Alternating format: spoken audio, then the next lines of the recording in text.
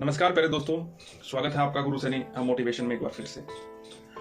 जैसा कि मैं आप सबको पहले भी कई वीडियोस में बता चुका हूं कि मैं इस YouTube चैनल पर अपने मोटिवेशन से रिलेटेड वीडियो और साथ ही अपनी थिंकिंग क्या है वो आपके साथ में शेयर करता हूं।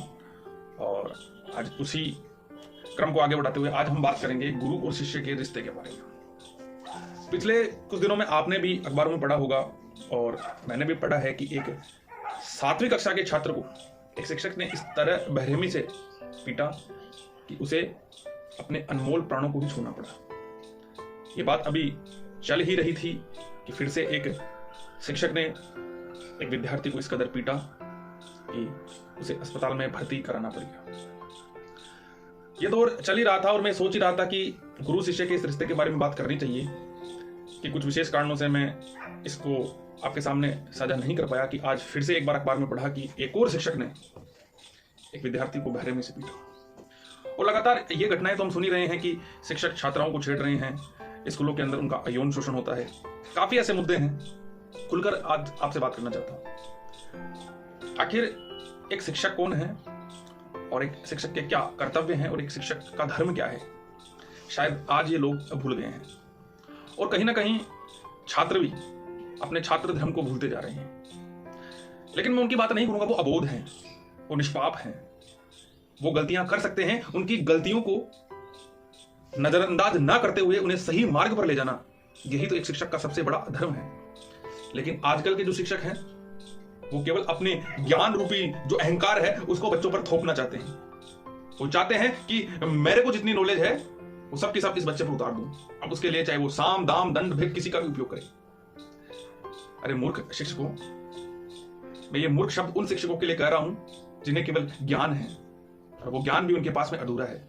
अगर उनके पास में पूर्ण ज्ञान होता तो वे जानते कि जिन छात्रों को, जिन विद्यार्थियों को वो अध्ययन करा रहे हैं वो पुष्प के समान कोमल है। वो इतने कोमल है कि उन्हें अपने स्नेह से संवारना होता है और उन्हें अपने ज्ञान रूपी प्रकाश से तपाना होता है। उसके बाद में वो कुंदन बनता है, उसके बाद में वो एक दृढ़ निश्चय करने वाला व्यक्ति बनता है। आपके मारने पीटने से कुछ नहीं होने वाला। हां, आप एक कुम्हार की तरह अपने विद्यार्थियों को पीट सकते हैं, जिस प्रकार एक कुम्हार अपने घड़े को इस कदर पीटता है कि सामने वाले को लगता है कि वो इस मटके को अब तोड़ ही देगा।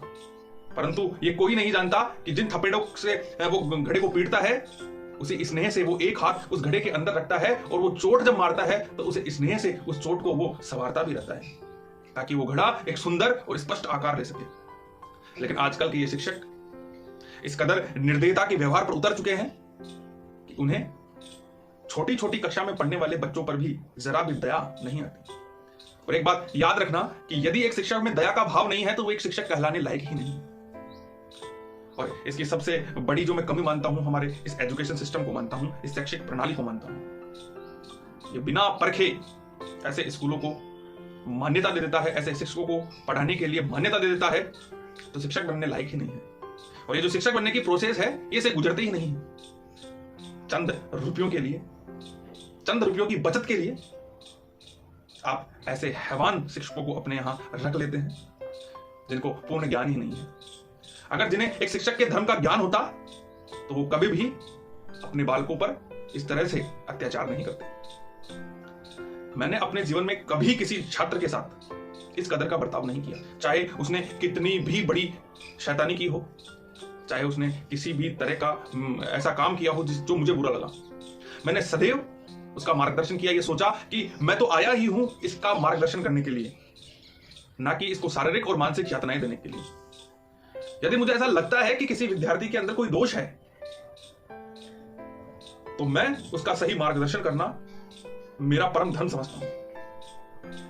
और मैं अगर मुझे ऐसा लगता है कि मैं इसका मार्गदर्शन नहीं कर पा रहा हूं तो मैं उन व्यवस्थाओं को उसके समक्ष रखता हूं, मैं उसे उस कार्य के चयन के अवसर देता हूं जिससे वो सही मार्ग पर आ जाए।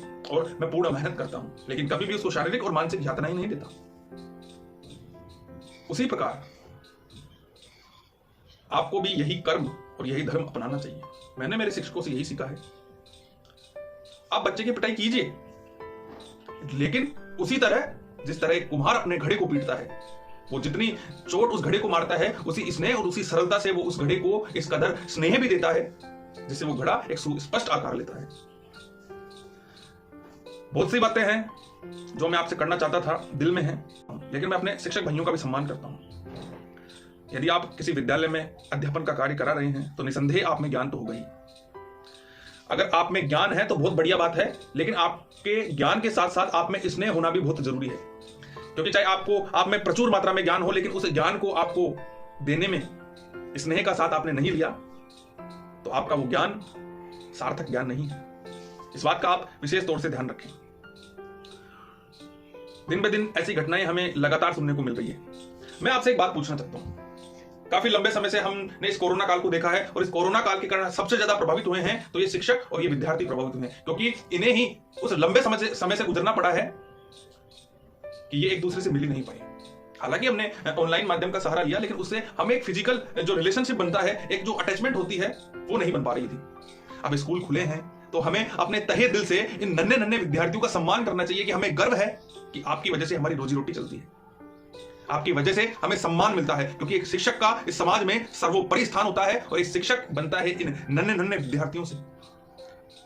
एक तरह से अगर मैं ये देखूं तो ये नन्हे नन्हे विद्यार्थी हमारे भगवान है। हम को ईश्वर ने इस काबिल बनाया कि हम उन्हीं का ही मार्गदर्शन कर रहे हैं। अब मार्गदर्शन ऐसे करोगे कि आप उनके प्राणी ले लो, ये सर्वदा अनुचित है। आप अपने धर्म के साथ ही खिलवाड़ कर रहे हैं। जिन विद्यार्थियों को आपको पुष्प के समान स्नेह करना चाहिए, आप उनके साथ एक पत्थर के समान कठोर व्यवहार कर रहे हैं। आपको कोई अधिकार नहीं है उन्हें शारीरिक और मानसिक यातनाएं देने का। आपको कोई अधिकार नहीं है उनकी भावनाओं से खिलवाड़ करने का। आपका केवल एक कर्तव्य है कि आप उनकी सकारात्मक ऊर्जाओं को बढ़ाएं और नकारात्मक ऊर्जाओं को दूर करने के लिए उनका केवल मार्गदर्शन करें। अन्यथा आपके पास में कोई अधिकार नहीं है। आपका जो ज्ञान है उसे निर्मल बनाते हुए उस बच्चे के जीवन को संवारना आपका धर्म है। आपके ज्ञान रूपी इस अहंकार को बच्चे पर थोपना ये आपका अधर्म है। और जितनी जल्दी आप इस बात को समझ जाएंगे आपके लिए उचित होगा। अन्यथा परिवर्तन तो सब कुछ बदल ही देता है। और जिस दिन ये परिवर्तन अपने रुद्र रूप में होगा तो एक शिक्षक की और एक विद्यार्थी की गरिमा नष्ट हो जाएगी। और जिस दिन ये गरिमा नष्ट हो जाएगी उस दिन प्रलय होगा, प्रलय और संसार का नाश। तो समझिए, और ये जो शिक्षक और एक विद्यार्थी का जो ये रिश्ता है इसे और पावन बनाइए। काफी दिनों बाद इन विद्यार्थियों के दर्शन हुए हैं और आपके ये निंदनीय काम इन्हें हमसे दूर ले जाएंगे। इसलिए एक पिता से बढ़कर एक गुरु का स्थान होता है। एक पिता और एक गुरु समकक्ष होते हुए भी एक विद्यार्थी के मन में गुरु का सम्मान सर्वोपरि होता है। उस सम्मान को धूमिल मत कीजिए। मेरी हाथ जोड़कर आपसे विनती है, आप एक शिक्षक हैं और आप ज्ञान रूपी प्रकाश के स्रोत हैं। इस ज्ञान रूपी प्रकाश के स्रोत से सदैव अपने विद्यार्थियों का उचित मार्गदर्शन करें। ऐसे घृणित कार्य ना करें जिससे समाज में शिक्षक का जो पद है ये कलंकित हो। एक मछली संपूर्ण सरोवर को गंदा करती है, ये हम मानते हैं, लेकिन उन शिक्षकों का भी ये दायित्व है, उन मछलियों का भी ये दायित्व है कि जो मछली इस सरोवर को गंदा कर रही है उसको निकाल के जड़ से बाहर फेंक दे। लेकिन सब चुप बैठे रहते हैं। भाई साहब, हम तो अपनी जगह सही है। अरे आप शिक्षक पद पर अगर कार्य कर रहे हो तो अगर आपका कोई बंधु ऐसा घृणित कार्य कर रहा है तो आपको उसकी कठोर घोर निंदा करनी चाहिए, ये आपका धर्म है। लेकिन आप तो कुछ बोलते ही नहीं हो। अगर आप सक्षम हो तो सहायता करो और अगर सक्षम नहीं हो तो इस घृणित कार्यों के लिए आवाज उठाओ। अब वो आवाज आप कहीं भी उठा सकते हो, लेकिन आपकी आवाज लोगों तक पहुंचनी चाहिए। चलिए इस वीडियो को यहीं करते हैं समाप्त। काफी कुछ बोलना चाहता था, लेकिन क्रोध अपने विवेक को हर लेता है और मैं जो कुछ भी बोलता हूं क्रोध को साध कर ही बोलता हूं। और क्रोध को ज्यादा देर तक साध लेना ये शायद मनुष्य के बस में नहीं। इसलिए मेरे मुख से और कुछ गलत वाणी का प्रयोग हो जाए। मैं अंत में इतना ही कहूंगा कि अपने विद्यार्थियों से प्रेम कीजिए, उनको शारीरिक और मानसिक यातनाएं नहीं दे, अपने ज्ञान रूपी प्रकाश से उनका सदैव मार्गदर्शन करें, उन्हें उन बुलंदियों तक पहुंचाने के लिए सदैव तत्पर रहें जिन पर पहुंचने के लिए वो बने हैं। आज के इस वीडियो में इतना ही। मिलेंगे फिर से एक नई वीडियो में कुछ नई बातों के साथ। तब तक के लिए राम राम, जय हिंद।